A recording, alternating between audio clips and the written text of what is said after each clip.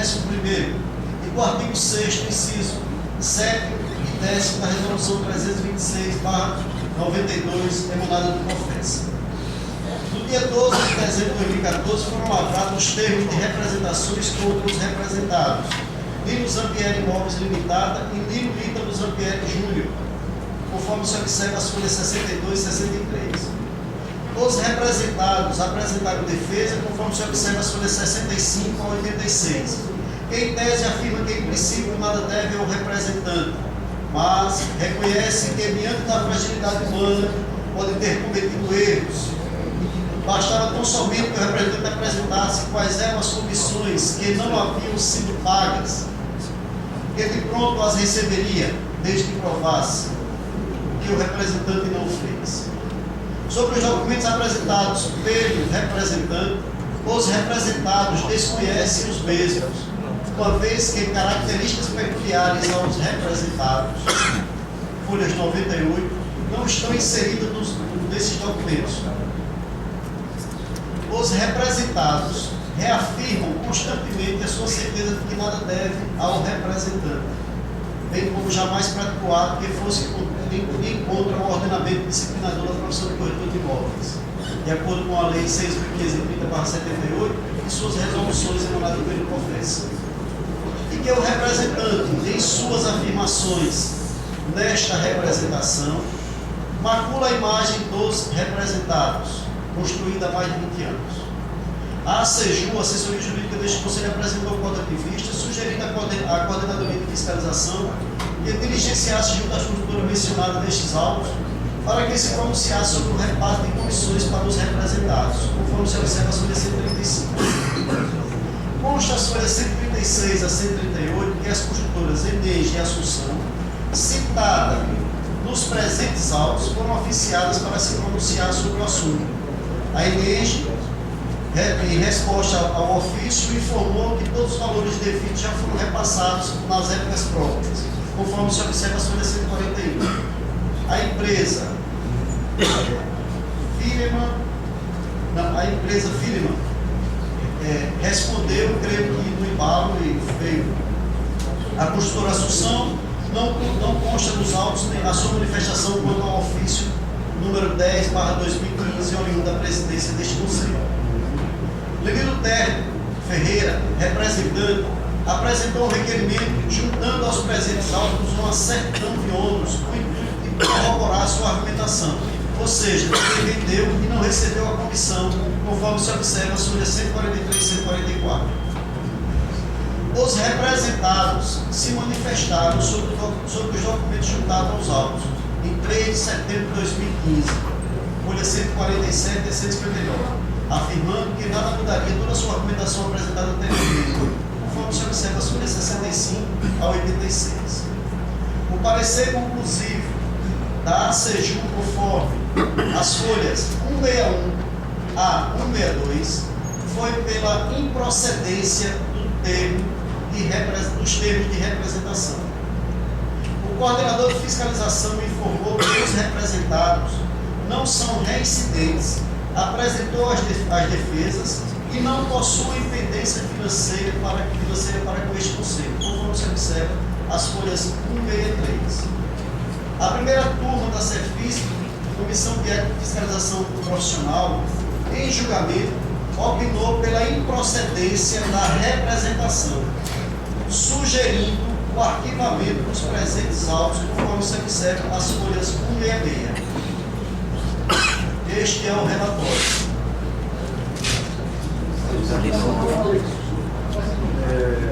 Adel, por gentileza.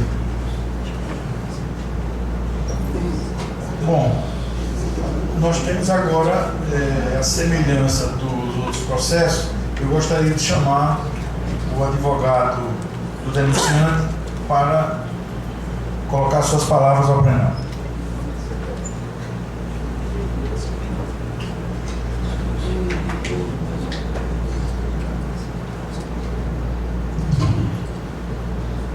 Posso iniciar?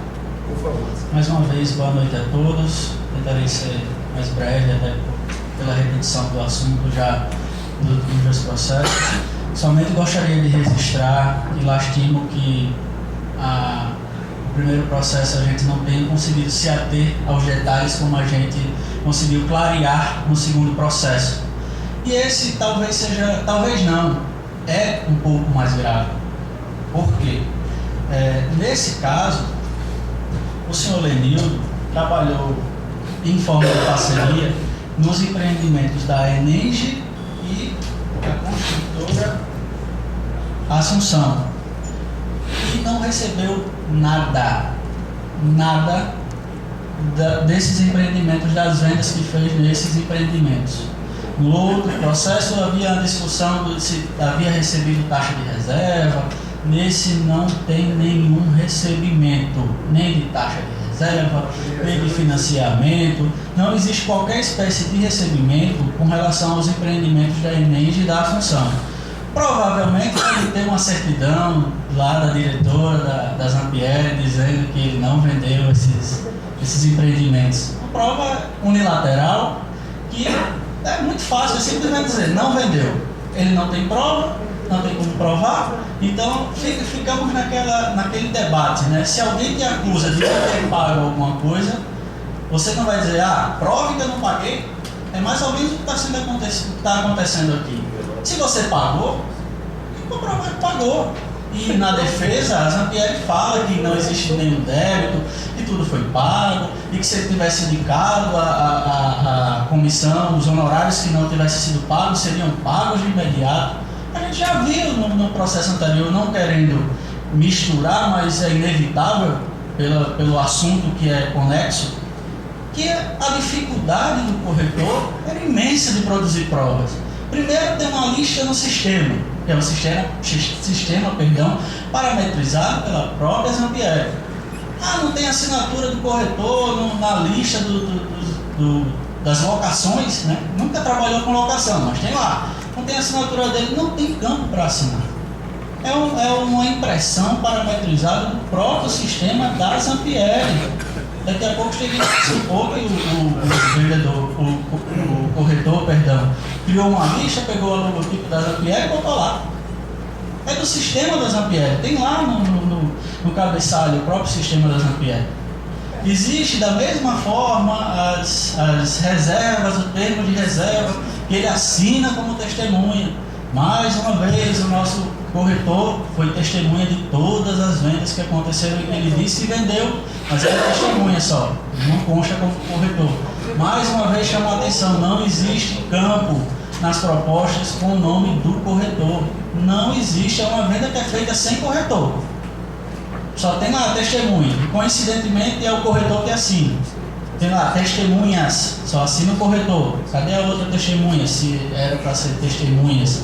Se formos olhar o rigor do documento em si.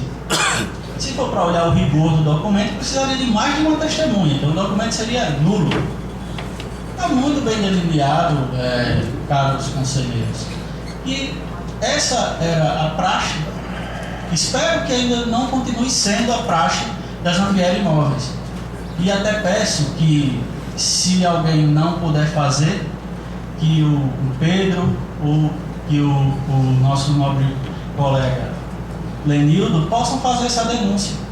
E aí, se é por falta de denúncia, que ela seja feita e que a investigação seja levada à frente. Porque uma prática como essa, como já venho batendo, fere não só os princípios éticos, como os princípios morais. Então, se é por falta de denúncia, eu rogo que a denúncia seja feita e que a investigação também seja realizada. Então, estamos tratando de um caso mais grave e que não houve qualquer espécie de pagamento. Reitero mais uma vez, é muito difícil o corretor, tendo a parceria com a empresa, ir lá e vir aqui e vir denunciá-la. É pedir para deixar de ser parceiro e para não receber realmente nada. É aquela esperança que você tem de estar ali continuando, se esforçando, fazendo as vendas, para poder receber suas comissões. Aí tu vai denunciar, ele vai chegar aqui e vai denunciar no conselho de ética. Se ele já não recebeu, você acha qual é a chance dele receber? É zero. Se ele não tem provas, qual é a chance dele receber? Continua sendo zero. É muito difícil simplesmente dizer, é falácia, são só alegações. são muitas coincidências para serem só alegações. É difícil litigar quando você não tem provas, e porque a prova não te é oportunizada. Por isso que se fala que possivelmente a Zampieri recebeu. Como eles vão provar que as construtoras pagaram a Zampieri? Está provado nos autos, tanto nesse como nos autos da esfera civil, que as construtoras repassaram os valores de comissões à Zampieri. E a Zampieri, agora esclareço a mais, uma proposta da Zampieri, segundo informações dos meus clientes, eles abriram a unidade do Farol e passaram a chamar de mais, é que aparece como se fosse quem efetuou as vendas. Então fica muito difícil. Você não ter provas, não poder produzir provas, lógico que a gente tem que alegar. É o que nos resta. Quem não recebeu tem que gritar de alguma forma. Essa é uma das formas de vir aqui denunciar. Louvo a coragem deles, porque nós sabemos que não é fácil, que nesse meio, como em todos os meios empresariais, existe a comunicação. E não é fácil botar a cara para bater e vir denunciar uma empresa de grande porte e de renome do Estado, que ela deixou de pagar as comissões ao corretor. Tem que ter muita coragem. E eu louvo a coragem deles de vir aqui e se expor dessa forma, com os demais colegas. Assim como entrar com ação no judiciário. Não é fácil. E só nos resta isso. Tentar, de alguma forma, dar publicidade ao que aconteceu e ao que eu espero que não venha acontecendo.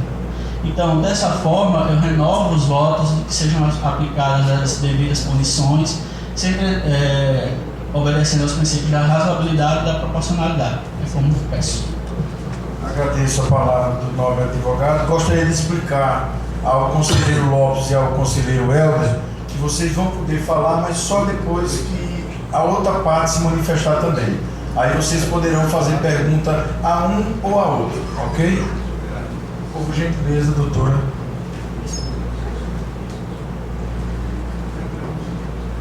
Helder inscrito em Lopes.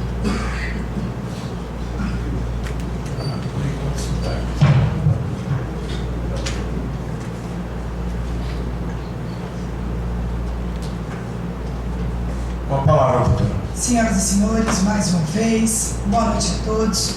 Quase sem voz, mas nós vamos até o final dessa estudação oral. Nós estamos falando, senhores, de processo administrativo disciplinar, em que as pessoas estão sendo condenadas, rasgando a legislação dessa casa, as resoluções deste conselho, as normas desta instituição. Respeito à autoridade da decisão de todos os senhores no feito anterior. Todavia, não podemos ignorar que as normas estão sendo desrespeitadas. O julgamento deve ser de acordo com o que está apresentado no processo, de acordo com o que está sendo produzido nos autos. Supor que testemunha é corretor é suposição. Cadê as provas para que isso aconteça? E se isso é verdade absoluta, por que Lenildo não juntou o processo? No processo não há nenhuma prova como testemunha. No processo não há nenhum documento negociado por ele. O que existe no processo, senhores, são sim relatórios, desse jeito, que qualquer um, em qualquer programa de computador faz. Qualquer um, senhores, faz em qualquer programa de computador. Colocar uma marca da Zampieri aqui, está disponível na internet. Pode procurar que vocês vão encontrar. E tanto é verdade, senhores, que o parecer jurídico desta casa é pela improcedência do processo. O parecer jurídico desta casa é de que não há elementos suficientes para condenar. E esses são os documentos que estão levando à condenação. Senhores, não há uma assinatura. É tudo cópia, sem uma assinatura, tudo apócrifo.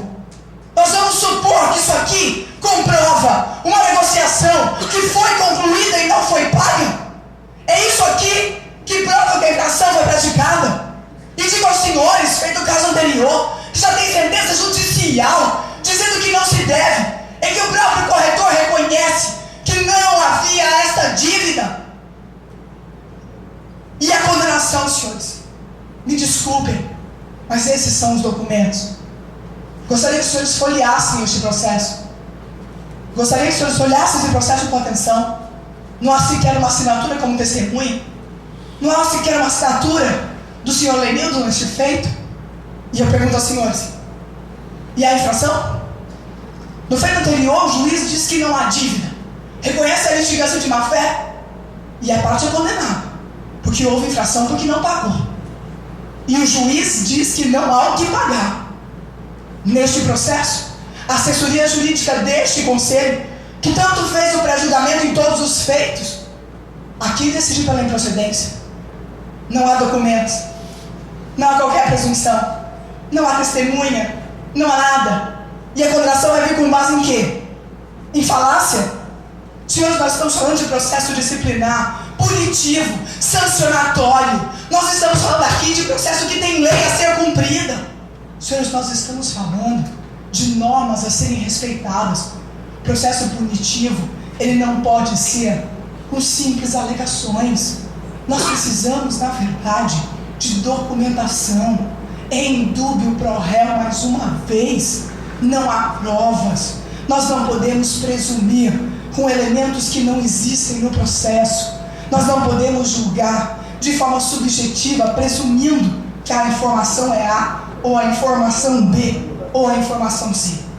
Senhores, nós estamos falando mais uma vez de boa-fé dos representados, que desde o início do processo, do primeiro feito, repetem todas as defesas: se há algo a pagar, comprove que pagarei. Em nenhum momento houve recusa em fazer o pagamento, se comprovado que o débito existia, se demonstrado que o corretor participou até o final da negociação. Uma proposta de reserva não demonstra que o corretor participou até o final dessa negociação. Nós estamos falando de obrigação de resultado, mais uma vez. Obrigação de resultado no qual há necessidade de comprovar que ele foi capaz de fazer alguma diferença para que aquela negociação fosse efetivada. E isso, efetivamente, não aconteceu em nenhum dos processos. Senhores, mais uma vez, nós temos indefinição da infração praticada, até porque a própria assessoria jurídica diz que não há elementos para a condenação neste processo. Não há qualquer indicação, inclusive dos incisos que foram violados pela empresa Zampieri. Nós também temos um processo em que, mais uma vez, nós estamos falando de um corretor que está sendo condenado, ou discutido, ou acusado, sem ter participado. Afinal de contas, nós estamos falando de uma empresa que está em discussão no feito, se teria ou não pago esses honorários. Nilo deveria ser excluído do processo mais uma vez. Mas, mais uma vez, eu alerto que o tempo, ainda que não seja o elemento único deste processo, o tempo e o silêncio devem demonstrar alguma coisa. Afinal de contas, por que nunca isso chegou até o conselho? Por que essas representações nunca chegaram até aqui? O silêncio durante todos esses anos também é característica deste processo. Falamos mais uma vez que os documentos não provam nada. Qualquer um produz uma marca, uma logomarca. Qualquer um produz uma lista como essa, que sequer tem uma assinatura, que sequer aparece Lenildo como testemunha, que sequer aparece Lenildo em qualquer momento do processo. Ele não está aqui nos documentos juntados nesse feito. Estes são os documentos utilizados nesta acusação. E mais grave será esta, que não tem prova alguma. Esta é a mais grave delas, senhores. Imagine, realmente a mais grave delas. Afinal de contas, a imputação não pode ser feita da forma simplesmente irresponsável, como está acontecendo. Senhores, além disso, as alegações do denunciante quanto aos desconhecimentos de que realmente foi pago ou não, possivelmente a imobiliária recebeu. É assim que ele diz na inicial e é assim em todos os outros processos. Possivelmente ela recebeu. Se ela recebeu, não tem direito.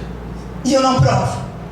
E eu condeno disciplinarmente por violação ao código de ética desta casa a quem possivelmente recebeu. Esse é um fato, senhores.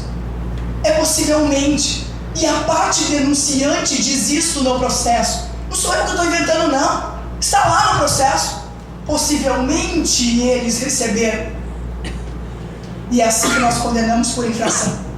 E mais uma vez eu pergunto, quem será que age com deslealdade? Quem desrespeita o código de ética? E ressalto mais uma vez, o processo está cheio de nulidades novamente, de instrução, a instauração, substituição de relator sem justificativo, documentos juntados de forma estranha nos autos. E nesse ponto, a assessoria jurídica foi brilhante em reconhecer que não havia qualquer elemento que justificasse a sua condenação. Relatório conjunto, mais uma vez, é marca X, sequer é relatório conjunto a ser realizado. Mais uma vez, eu lembro aos senhores que Jorge Salomão votou, apesar de não ser o voto de Minerva, não ser o voto de desempate. A competência do CRES, mais uma vez, no que diz respeito a alegações de fatos anteriores ao prazo determinado pela própria regulamentação deste Conselho, Resolução 146 de 2002, falando do artigo 15, parágrafo 2º. O processo administrativo somente pode ser reconhecido, senhores, a partir do reconhecimento judicial de que a dívida existe. Não há qualquer reconhecimento de que essa dívida existe. E os senhores não estão condenando a pagar a dívida, senhores.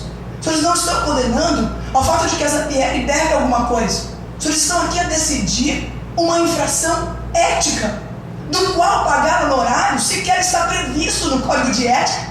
Essa infração não está expressa no Código de Ética, senhores. Nós estamos falando de assuntos diferentes. Nós não estamos falando de pagamento de honorários aos possíveis corretores que participaram, que interferiram na negociação. Não é disso que se trata um processo disciplinar. Falamos do processo disciplinar em que condenamos por falta de comprometimento com a legislação deste Conselho, por falta de compromisso ético. E a lista, volto a dizer, é um rol taxativo. Não somos nós que definimos o que é infração ética. Não somos nós que definimos quais as penas que podem ser aplicadas, senhores. Isso está previsto em norma. Isso tem que ser regra anterior. Caso contrário, a defesa não exercerá qualquer trabalho. Se ao final a surpresa é venha o que der na cabeça dos julgadores, como a parte irá se defender? Senhores, não há essa infração pré-estabelecida no Código de Ética dos senhores. Deveria ser incluída? É tema de reflexão, quem sabe. Mas hoje não há. Portanto, os senhores estão discutindo um processo ético e fazendo condenações éticas sem previsão de que a infração está no Código de Ética. E lembramos ainda, senhores, possíveis proposições de penas fora do proposto no Código de Ética também é ilegal, cabível nulidade. Afinal de contas, nós não temos o poder de definir essas penas. A norma que estabelece. Processo punitivo, mais uma vez, pela falta de prova, em dúvida pro réu. E eu ressalto mais uma vez, cadê as provas? Uma logomarca que se pega na internet e no simples score ou em qualquer outro programinha, até no Word qualquer, você coloca a logomarca, faz uma tabelinha, ó, e preenche. Cadê a assinatura? Cadê a participação? Não existe, mas esse é mais grave. Essa é a situação mais grave. E todos os outros documentos são assim, sem assinatura. Não são originais. Quem sabe se isso é original? Quem garante que isso é verdadeiro? Podemos fazer na nossa casa, qualquer um de nós. Senhores, além disso, devo lembrá-los ainda que nós estamos falando de infrações que devem ser pré-estabelecidas.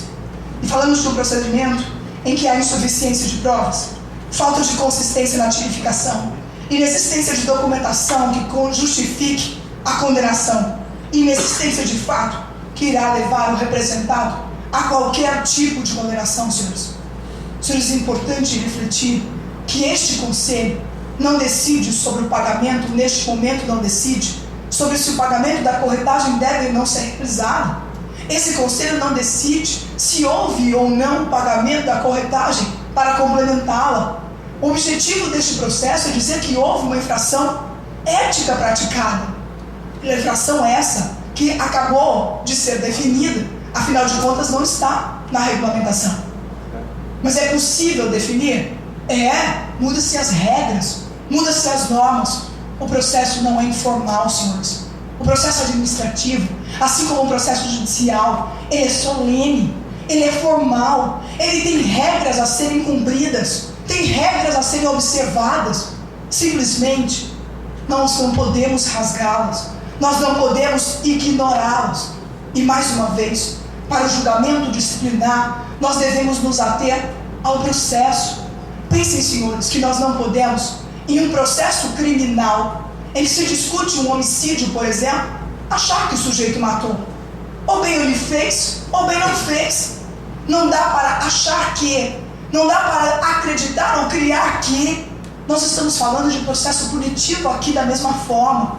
em que nós não podemos achar que as infrações foram praticadas. Nós precisamos ter provas, provas essas que sequer na via judicial foram suficientes. Falamos de alegações de valores sem qualquer premissa, sem qualquer precedente, senhores. Tanto é verdade que a litigância de má-fé foi praticada no processo anterior.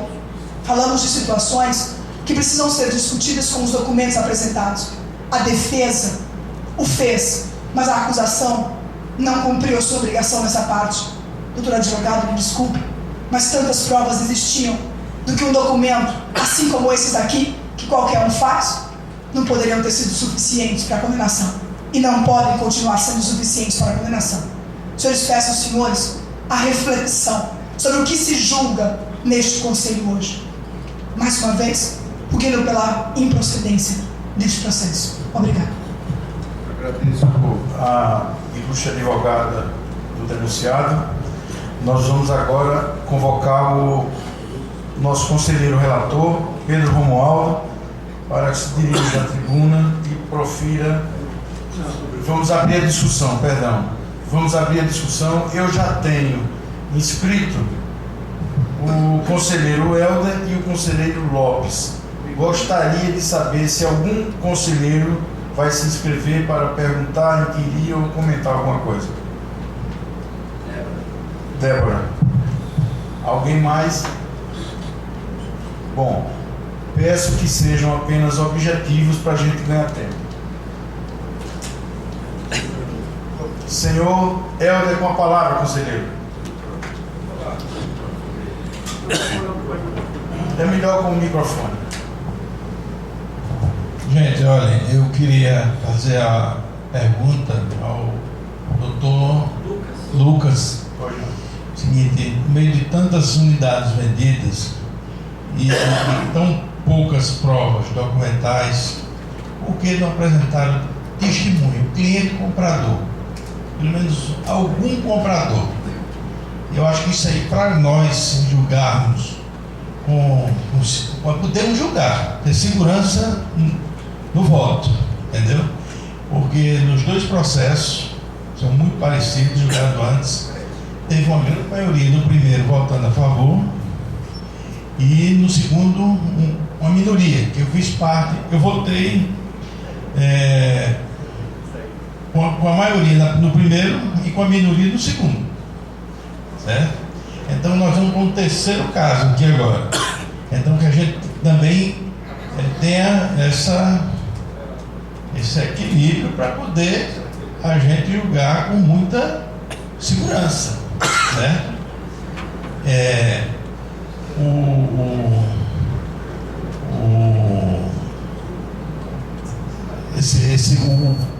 Nós tivemos aqui uma avaliação do relator também, que a gente tem que até foi quem mergulhou no processo. Então a gente tem que ter muito equilíbrio para não, vamos dizer assim, vir fazer um julgamento. Conclua, conselheiro, por favor. Um julgamento por conta, às vezes, até de uma rejeição, que o campeão de rejeição, conselheiro, que é o Luiz APR, certo? Conselheiro, o senhor quer responder, por gentileza, a pergunta dele?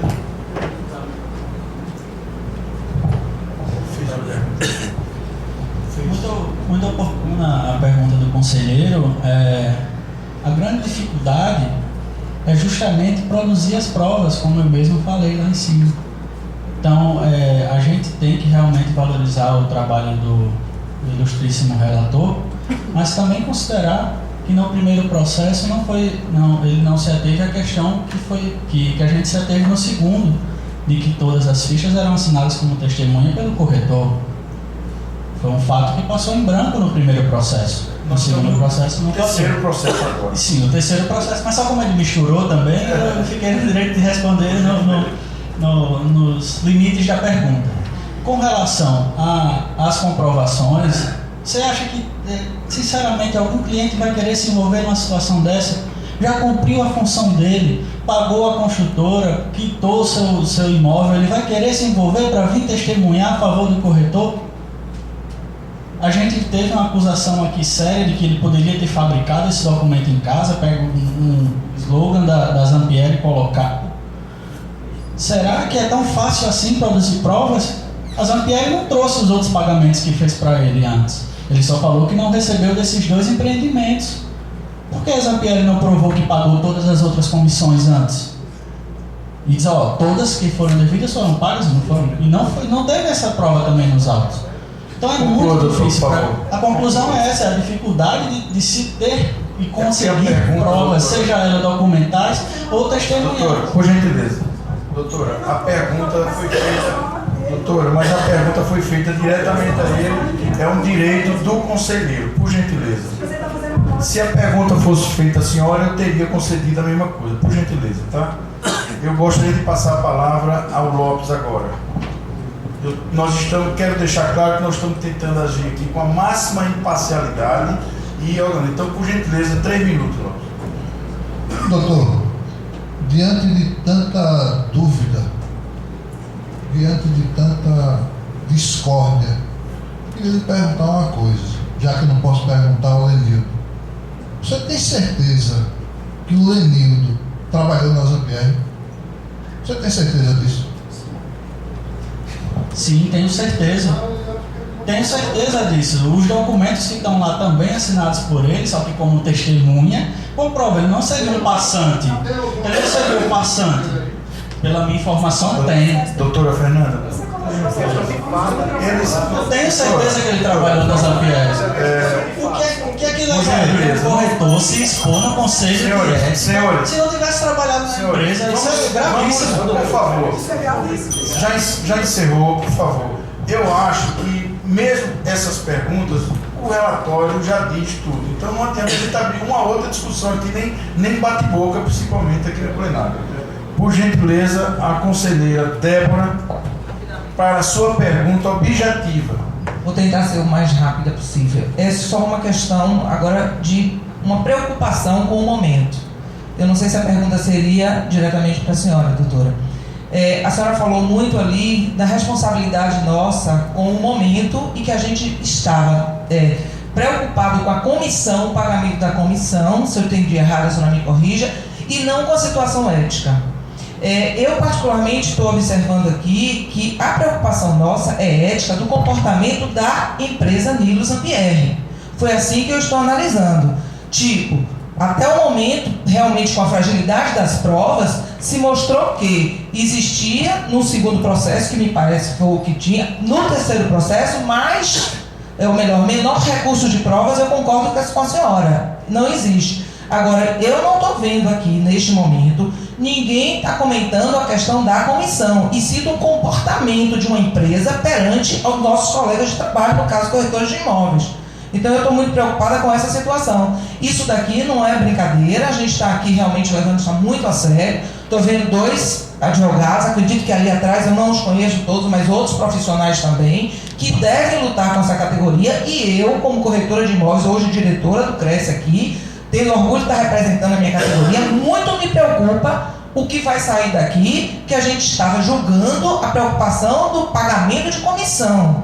E eu acredito que não é essa a nossa intenção. A nossa intenção é analisar 3 processos até o momento, aonde ambos nas mesmas situações, com fragilidades de um lado, e que do outro, a defesa da senhora agora diante da empresa, Nilo Zampieri, era que nós estávamos preocupados com o pagamento. E eu acho que não, a gente está preocupado com a postura ética em relação ao nosso trabalho, viu, doutora? Eu só estou preocupada com isso, eu quero que fique bem claro, me desculpa. Por favor, peraí, calma. Eu não sei se eu... Como você citou o nome da doutora Fernanda, eu concedo a palavra à doutora Fernanda. Só para poder ficar mais claro. Vai ficar esclarecido, por favor.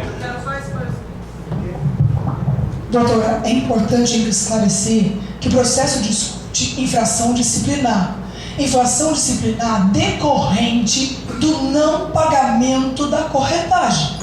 Decisão essa que na via judicial já foi reconhecido pela própria parte que foi pago, tanto que houve litigância de má-fé. Eu estou falando de uma infração funcional, mas ela me perguntou do outro processo, doutor. assim como o senhor misturou os processos de Gente, como por fazer. gentileza, doutora. Nós estamos falando, doutora, de processo disciplinar que decorre do não pagamento de honorários. A infração funcional apresentada aqui é somente essa, o não pagamento dos honorários. Ok, Não dá para fugir disso. E no processo anterior, eles foram pagos. Por isso que essa decisão judicial é pela litigância. Agradeço, doutora. Então, se não há, doutor, só para concluir, doutor, se houve pagamento ou se não houve venda, qual é a infração? Ok, obrigado. Alguém mais tem alguma pergunta a fazer? Essa é a hora. Não tendo mais ninguém a perguntar, eu passo a palavra ao relator para o seu voto final. Pelo exposto, levando em consideração todo o conteúdo processual, não vislumbro elementos que pudessem levar os representados a uma condenação, uma vez que as provas apresentadas são frágeis e inconsistentes. Por estes motivos, voto pelo arquivamento dos presentes autos. Este é o voto. Muito bem. Proferido o voto do relator, como de praxe, nós abriremos aos novos conselheiros aqueles que queiram apresentar algum voto alternativo. Alguém tem voto alternativo? Lopes, qual é o seu voto? Cancelamento da inscrição. Cancelamento da inscrição.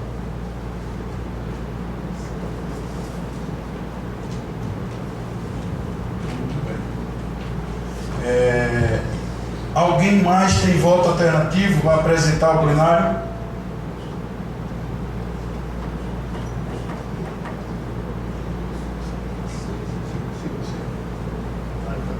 Muito bem. Não tendo mais nenhum voto alternativo, nesse momento nós vamos iniciar a votação. Nós temos, peço ao secretário que diga quais são as nossas propostas de votação. Do relator pelo arquivamento e do conselheiro Lopes pelo cancelamento de inscrição. Muito bem. Vou perguntar aos senhores: aqueles que estão com o relator, permaneçam como está. Se pronunciem, então tá bem. Aqueles que estão com o relator, levantem a mão. Por favor. 2, 3, 4, 5, 6, 7, 8, 10. 2, 3, 4, 5, 6, 7, 8, 9, 10, 11, 12. 13. Não, não tem comigo. 11, 13 comigo. Por gentileza, vamos lá. Por favor, mantenham os braços levantados com o relator. Doutora, 2 com 3, 5. Logo atrás vem mais 2, 7.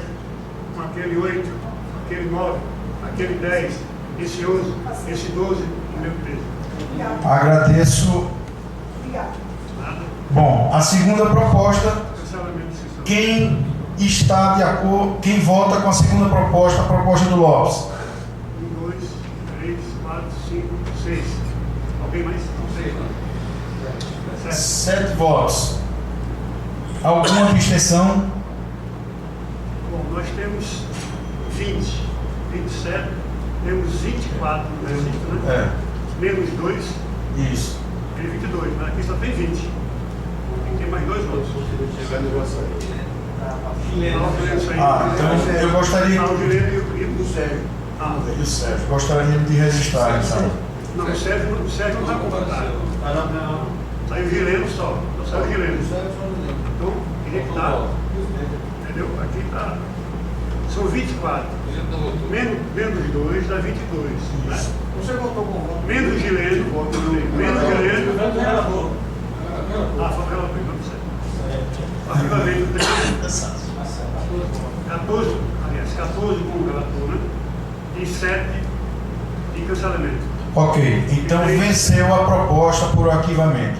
Gostaríamos de agradecer as partes, a doutora Fernanda, ao doutor Lucas e aos demais, as partes que estão presentes. Se vocês quiserem, nós vamos dar prosseguimento, mas se vocês já quiserem deixar o recinto, não há problema nenhum. Eu consigo. Eu gostaria de fazer um requerimento com a cópia da sessão. fica registrado, a senhora pode fazer no doutor Tadeu ou na nossa secretaria. Tá bem? Que nada é uma. Vamos dar prosseguimento à nossa sessão plenária com o último processo da noite a ser julgado, o processo número 20.003177, tendo como denunciada Maria Sônia Oliveira e Silva, Cresce 790, e tendo como denunciante o senhor Josivaldo Souza Silva. Nesse processo,